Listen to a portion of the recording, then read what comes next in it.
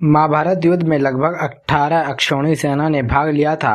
कौरवों की तरफ से 11 अक्षौहिणी और पांडवों की तरफ से 7 अक्षौहिणी सेना ने युद्ध के समाप्त होते होते इन 18 दिनों में दोनों की लगभग पूरी सेना का अंत हो चुका था। महाभारत युद्ध के बाद सिर्फ मुट्ठी भर योद्धा ही जिंदा बचे थे। उस विनाशकारी युद्ध में दोनों पक्षों का लगभग सब कुछ तबाह हो गया था।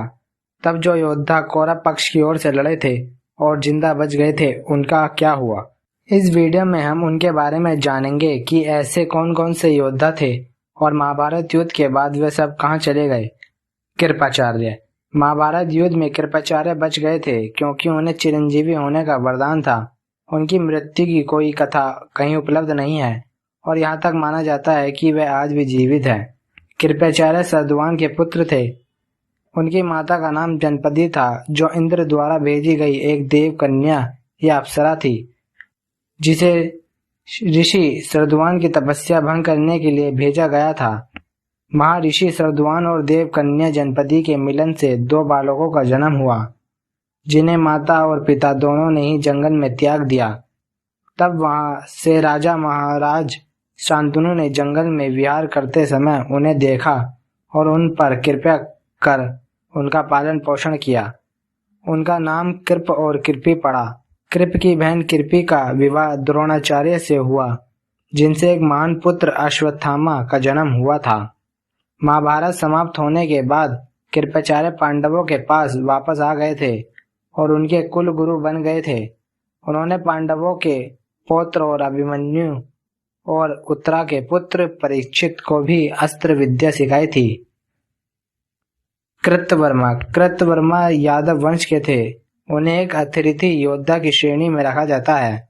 महाभारत युद्ध में कृतवर्मा अपनी एक अक्षौहिणी सेना के साथ दुर्योधन के पक्ष में युद्ध करने आए थे।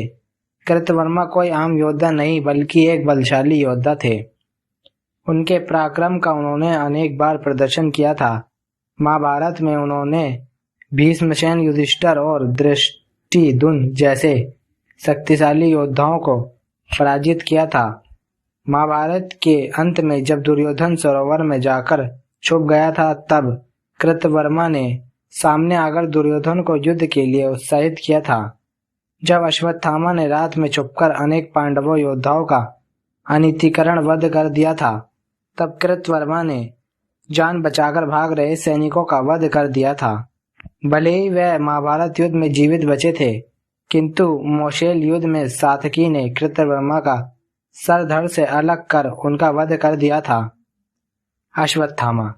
अश्वत्थामा महाभारत काव्य का अत्यंत दुर्बल किरदार है, जिसके जिंदा होने की चर्चा आज भी है। गुरु द्रोणाचार्य और उनकी पत्नी कृपी ने ऋषिकेश के समीप तमसा नदी के तट पर एक दिव्य गुफा में, जिसमें तपेश्वर नामक शिवलिंग था, उसकी घोर तपस्या की थी।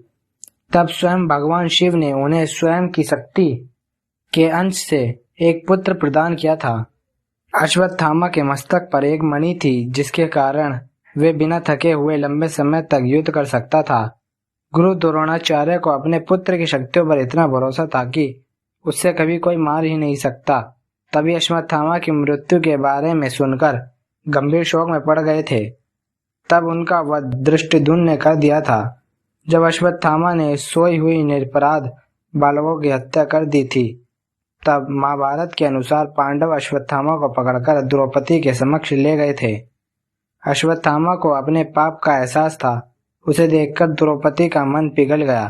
द्रौपदी ने बोला, अरे पुत्र, यह एक गुरुपुत्र और ब्राह्मण है।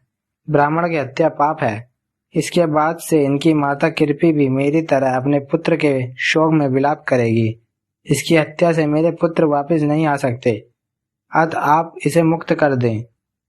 अश्वत्थामा के मस्तक से मणि निकालकर और उनके केश काटकर उसे मुक्त कर दिया था। वृक्ष केतु कर्ण के एक पुत्र का नाम है, जो महाभारत युद्ध के बाद जीवित बचा था। वृक्ष केतु के 8 भाई थे, जिनका नाम है वृक्षसेन, सत्यसेन, चित्रसेन, सुसेन, परसेन, वनसेन, शत्रुंजय और दीपपाल। सिर्फ वृक्ष केतु को छोड़कर इन सभी 8 पुत्रों की महाभारत युद्ध में मृत्यु हो गई थी। कथा के अनुसार कर्ण ने वृक्ष केतु को अस्त्र शस्त्र की शिक्षा भी दी थी तथा उसे ब्रह्मास्त्र का भी ज्ञान था। महाभारत युद्ध के बाद कर्ण की एक पत्नी जिसका नाम वृषाली था, कर्ण की चिता के साथ ही सती हो गई थी। तब तक पांडवों को पता चल चुका था कि कर्ण उनका बड़ा भाई था। तब उन्होंने वृक्ष केतु को अपना पुत्र मानकर इंद्रप्रस्थ का राज्य सौंप दिया। शकुनी पुत्र वरप्रचिति मामा शकुनी की पत्नी का नाम आर्ची था। इनके तीनों पुत्रों का वर्णन महाभारत में भी मिलता है, जिनका नाम था उल्लूक, बकासुर और विप्रचिति। इनमें से विप्रचिति सबसे छोटा पुत्र था। शकुनी पुत्र बकासुर का जन्म भी एक यज्ञ से हुआ था। वह भी खड्गधारी एक बलशाली योद्धा था। महाभारत युद्ध के 17वें दिन बकासुर और नकुल के बीच युद्ध में बकासुर का अंत हो गया था। शकुनी पुत्र उल्लूक और महाभारत युद्ध के शुरू होने से पहले पांडवों को धमकाने के लिए भेजा गया था। उनसे पांडवों को दुर्योधन का अपमानजनक संदेश सुनाया था। तब अर्जुन उसे मारने चला था, किंतु कृष्ण ने यह कहकर रोक दिया, इस संदेश वाहक इसमें इसकी कोई गलती नहीं है, वह तो अपने राजा का संदेश सुना रहा है। युद्ध के 18वें दिन उसका वध सहदेव के हाथों हुआ था। जब तक शकुनी जिंदा था तब तक वरप्रचिति एक प्रधानमंत्री की तरह गांधार राज्य को संचालित करता था। शकुनी और अपने समस्त भाइयों की मृत्यु के बाद उसे गांधार का राजा बना दिया गया था। इनके अलावा कौरव पक्ष के धृतराष्ट्र और गांधारी भी जिंदा बचे थे। जो योद्धा पांडव की ओर से लड़े थे और जो बच गए थे उनके नाम इस प्रकार हैं: युतुत्सु, सात्यकी, श्री कृष्ण, पांचों पांडव, श्री कृष्ण पुत्र प्रद्युम्न, भीमपुत्र सरगव। इनके बारे में हम फिर कभी बात करेंगे। कौरव की ओर से बचे इन योद्धाओं में से 2 योद्धाओं को आज भी जीवित समझा जाता है, जिनका नाम है अश्वत्थामा और कृपाचार्य। क्या आपको भी लगता है कि वे आज भी जीवित हैं या यह सिर्फ एक मिथक है? आप हमें कमेंट बॉक्स में कमेंट करके बता सकते हैं। ज्ञान के पेड़ चैनल को सब्सक्राइब कर बेल आइकन भी जरूर दबा लीजिए और वीडियो को लाइक कर शेयर भी करें।